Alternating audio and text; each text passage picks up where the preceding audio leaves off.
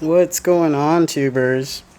It's your boy Gabe here, coming from the Skeleton Crew. I just wanted to talk to y'all about some stuff and things, I guess.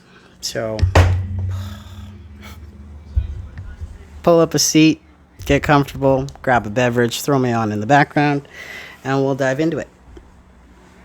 Today's topic, I suppose, will be tattoos and tough talks. I like to have those tough talks, just because I would have appreciated having these talks with people, places, times, situations, but I also understand one does go through talks when one is actually ready for that. So, having said that, I will be practicing my tattoo skills because I have recently taken on a tattoo apprenticeship and working my way up there, getting my way downtown. No. Yeah, so most of you know that I've recently taken up tattooing apprenticeship.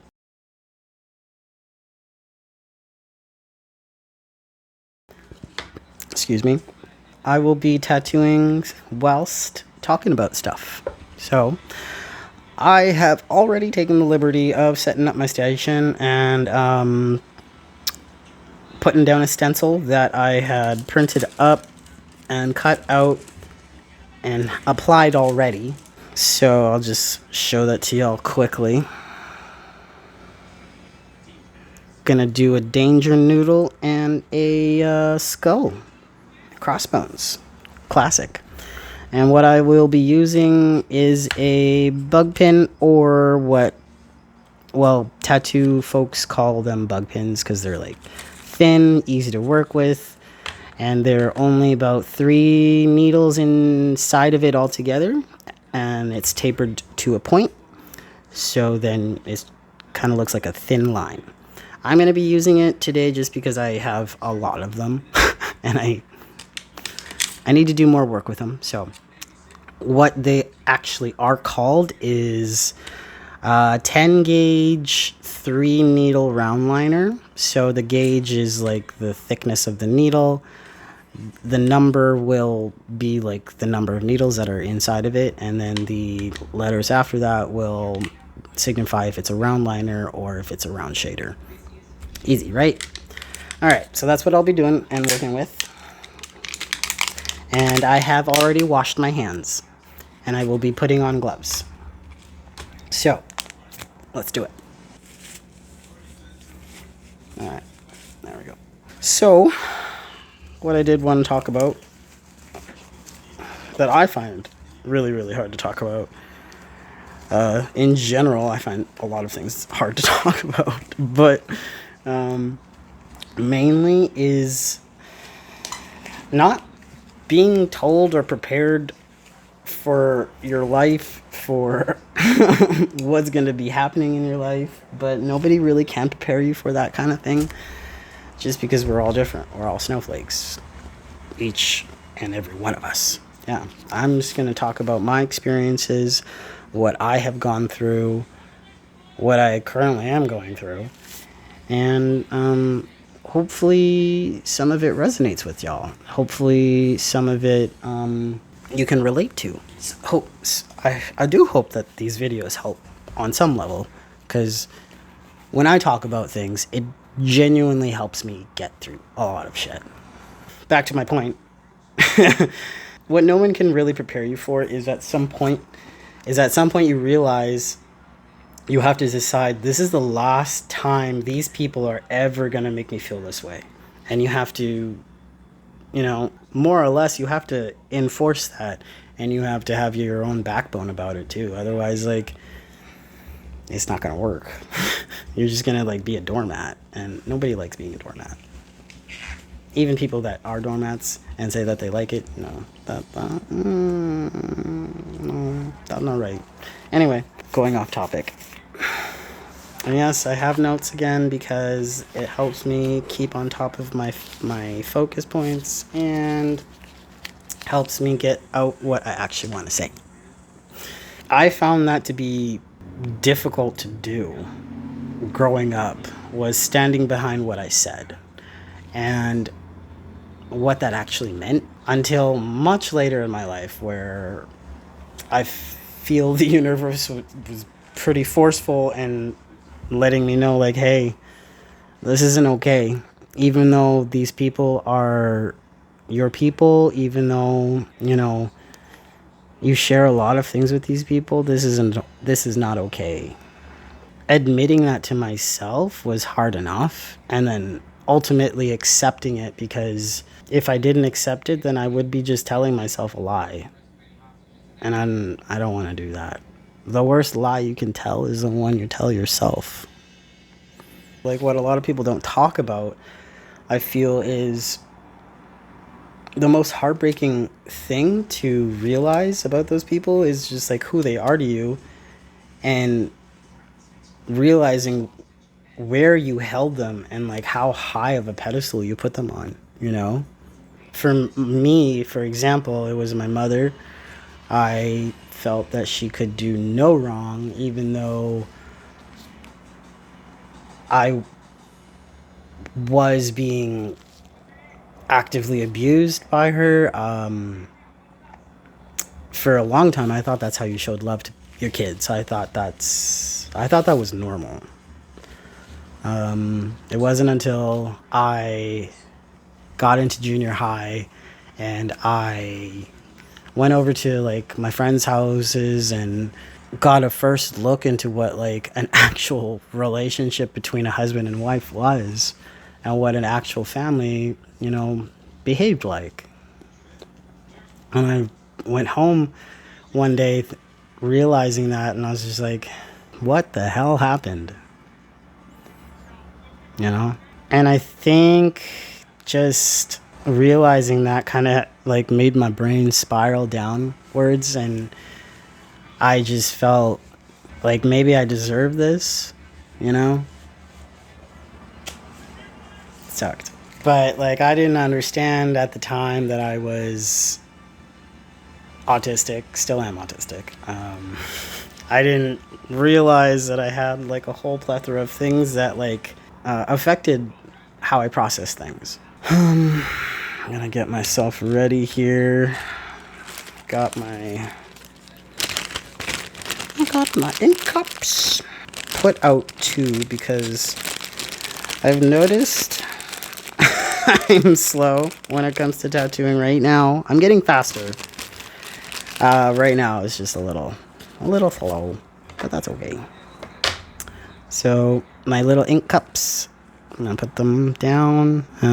I like to put Vaseline down and just kind of dip the little ink cups in there so like they sit better. I've had like actual cup holders, but like I find that they move around too much, and I'm just used to working how I was trained. So now I got some Colorado Hawk ink. Got True Black that I'm going to use and work with. I'm going to pour that when I'm ready. Yeah, let's start tattooing.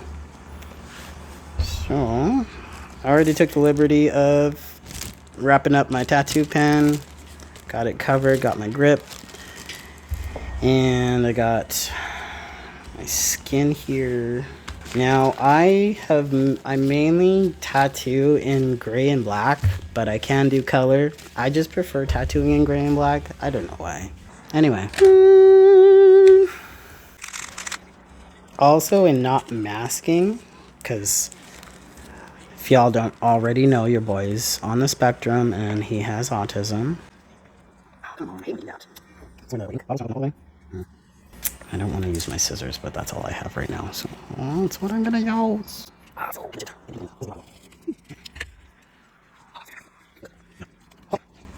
I'm going to change my gloves because I have a whole shit ton of ink on them, and I don't know what part is dry and what part isn't. I'm constantly looking at my fingers. I'm like, ugh. So, again, for the 11th glove change, I just want to keep in good practice. That's all. Clean hands means a clean tattoo.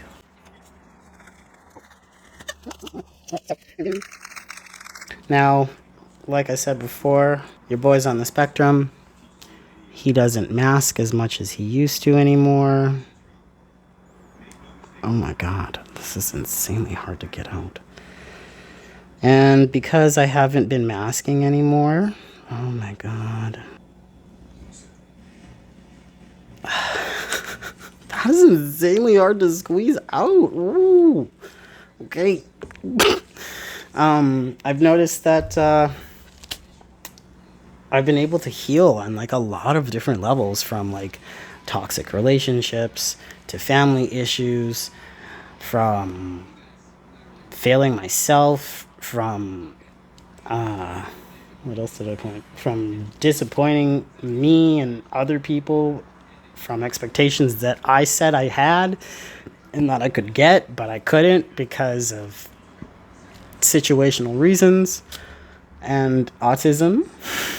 But most importantly, it has made me realize who I hurt in the process of my healing, in the process of said growing, in process of my learning journey. Unfortunately, I have been, blocked and not necessarily shunned, but like indirectly shunned, I guess is a better way of putting it, for those reasons, for my behavior before my mistakes. And I'm just kind of coming to terms and learning that now. So to anybody who is watching my videos and who I have hurt, I do apologize. I am learning, I am growing, and I hope that you can find it in your heart to forgive me. Bringing it to my next kind of topic, I guess, is like jobs. Being on the spectrum, before I was diagnosed, before I was in the know of myself, this is a needle cartridge that pens use nowadays. I have used traditional tattoo machines. I have used the big ones, the top heavy machines and whatnot, and I do have an opinion of them. They're like, if you have carpal tunnel, if you have like anything of that nature to where like it hurts to hold things that are top heavy, like myself, tattooing with top heavy things has not been fun and really bad for my carpal tunnel. So what I'm doing right now is setting the needle depth. Perfect. The thickness of your skin is different for every single person. So if a tattoo artist says no, that's the wrong depth, no. And I will speak about this gatekeeping in another video and another post about tattoo artists and them keeping shit to themselves. Don't worry, I have another video for that. Going off topic. I like to see where they want their tattoo first done, first and foremost, because every body part has different skin depth. Not a lot of people know that. Not a lot of tattoo artists will let you know that either. So because of that reason, I will memorize their skin essentially and know like how deep to go, versus virtually just wrecking their entire tattoo and their skin, and them developing scar tissue and just not being able to heal their tattoo properly, and it's just not good for either of you. So I like to set it in a standard depth of half a millimeter, if that. It's at like a small depth because I'm using this second skin and it's super thin. So that's what I'm doing right now, is setting the depth of my needle. And perfect. Okay, so I got the depth of my needle. We're set. I'm gonna grab my glasses because I can't see shit. Sorry, I'm going to grab my glasses because I'm visually impaired. There we go. Having a normal job. That's always fun. I have worked in so many different fields, so many different career choices that I have made. Let me name a few. What have I done? I was a barista. I was a carpenter. I used to be a welder. I was a hairstylist. I worked in a warehouse for a few years. I went to college to get my social work degree, and then I went back to college for graphic design. And then when it comes to jobs, I haven't really been able to hold down a job for longer than like 2 years, 3 years at a time. The only job that I've actually been able to hold down for like a long time was carpentry. And that was because like I love building shit. I love figuring out how things work, how things are built, and building it myself and figuring it out like a puzzle. I love puzzles. So like when you give me a set of blueprints, I see puzzle. And I'm just like, yes, let's do this. So that's pretty much the only other job that I have been able to keep consistently. Having said that, though, being on the spectrum, it is a very normal thing for folks on the spectrum to not be able to hold down a job. And I have been led to believe, like, for majority of my professional career, that was my fault. That I was in control of my chronic illness, my chronic mental illness, and such and reasons. So, yes, I did take it to heart when I was being told that. So it definitely put a different perspective on how I view people.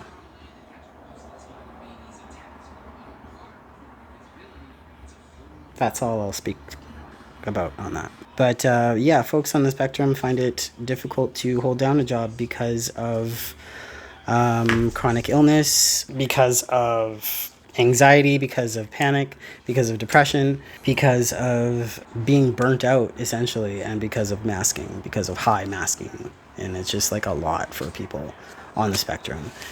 And unfortunately, there will be people out there who won't believe you, who will think you're making it up, who will think that actually nothing's wrong with you. It's just made up and you're just overly sensitive. You're just way too emotional, you know? So don't let that deter you from how you actually feel. I did, and I was lost for a long time, unfortunately. And then recently I've been able to kind of get myself back. So it's been great. Been eye-opening. Also, another thing is no longer having the energy to mask or, you know, hold space to mask for said people. I know I don't really have any more space to hold for those people when it comes to masking. And because I don't hold space for not masking anymore, it has led to a few folks, you know, ghosting / blocking me, which is understandable because, like, we didn't have that understanding to begin with. We didn't have that open line of communication, so that I understand why the blocking and the ghosting happened. I'm just going to do this line here. Nice. This is just green soap. Yeah, it looks alright, but now I understand the importance of having gloves that fit you properly. Because, yeah, I don't like that. So yes, I understand that I have a bad habit of doing that. But I understand now, like,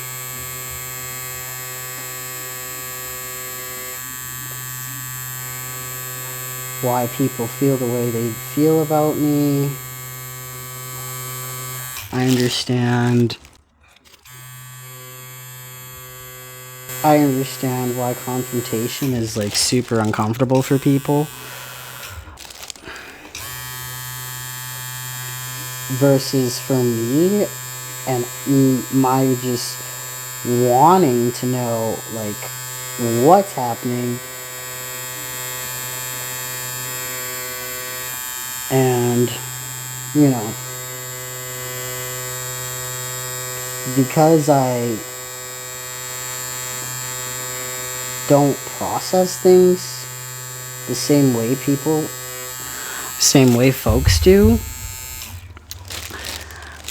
I therefore will take it differently. I will, you know, more or less come off like I'm taking it personally and I can't calm down. I can't, process things the same way other people process things. So it's like very difficult on both parties ends, where everybody just wants to be understood. Everybody just wants to be heard. And I get that now. But, things happen. Shit's already been said. And I just gotta, live with what has happened and kind of just accept it, unfortunately. Now I think I'm only gonna do this one tattoo here, just because I don't want to keep it long.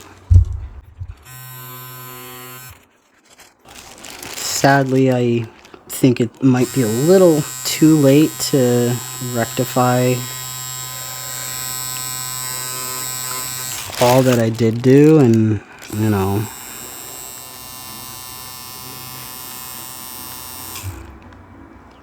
all that was said.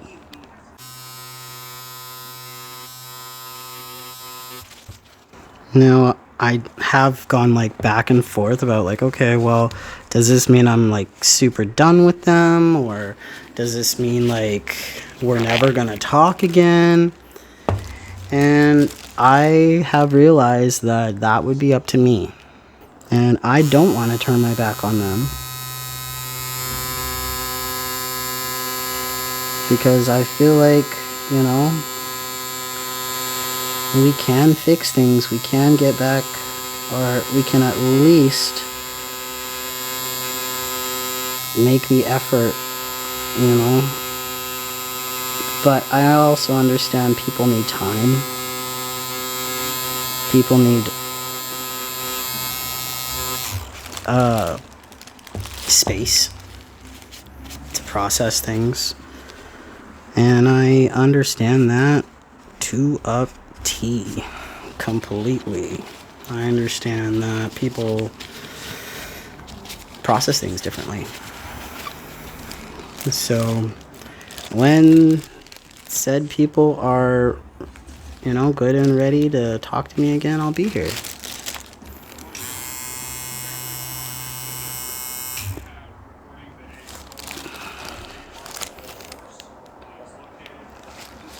Now, enjoy me tattooing this little skull. And talking about life.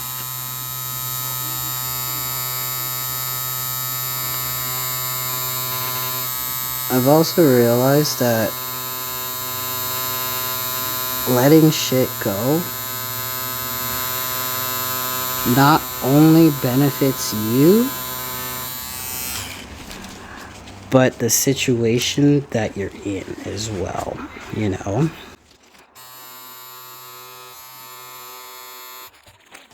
I really love doing tattoos. I really, really love tattooing.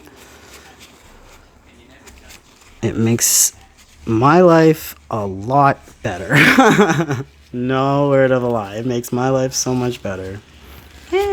What I also am trying to do with my own little life here is learning how to let go of things that once were and now not are. So that has been a little difficult as well.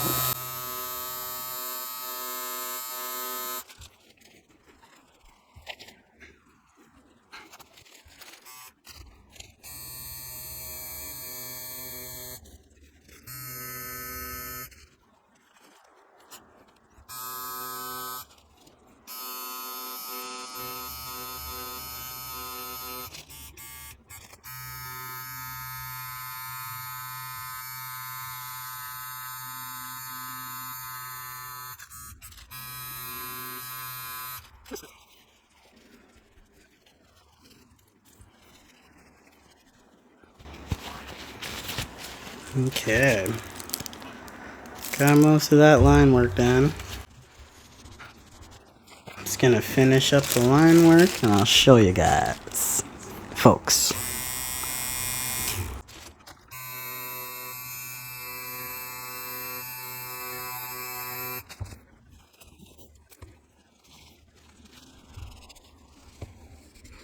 Well, it doesn't clean off all the ink off of this fake skin, but more or less.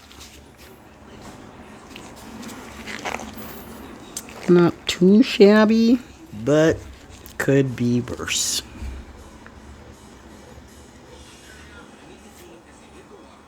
Alright, y'all. This video has gone a little bit too long, and I have more stuff and things I want to talk to y'all about, but that'll be in another video. Until then, please like and subscribe this video if you found it educational and or entertaining, or just want to be nice to me. Please share and share amongst your friends, and I would be very, very grateful if you subscribe. Thanks for visiting, and thanks for stopping by. Thanks for hanging out, and I will see you in the next one. All right, have a good one, y'all. Bye.